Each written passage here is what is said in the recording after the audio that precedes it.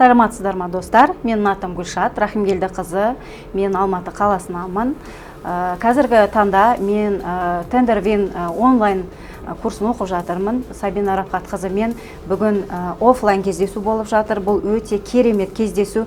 Өйткені мен айтар едім, тек қана онлайн емес, тәлімгердің өзінің шәкірттерімен кездесіп, өзінің тәжірибесімен бөлісіп, өте үлкен мағлұматтарды айтып, және де үлкен бағыт беріп отырғаны өте керемет деп ойлаймын.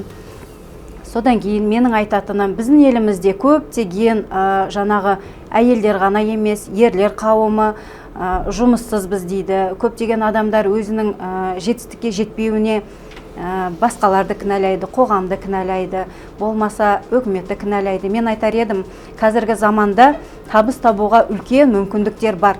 Соның бірі осы тендерлік жаңағы бағыт.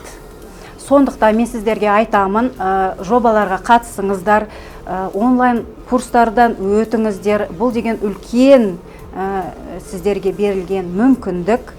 Бүгінгі офлайн кездесуде өте жақсы адамдармен танысып, жаңағы Сабина Рафатнаның шәкірттерімен танысып жатырмыз.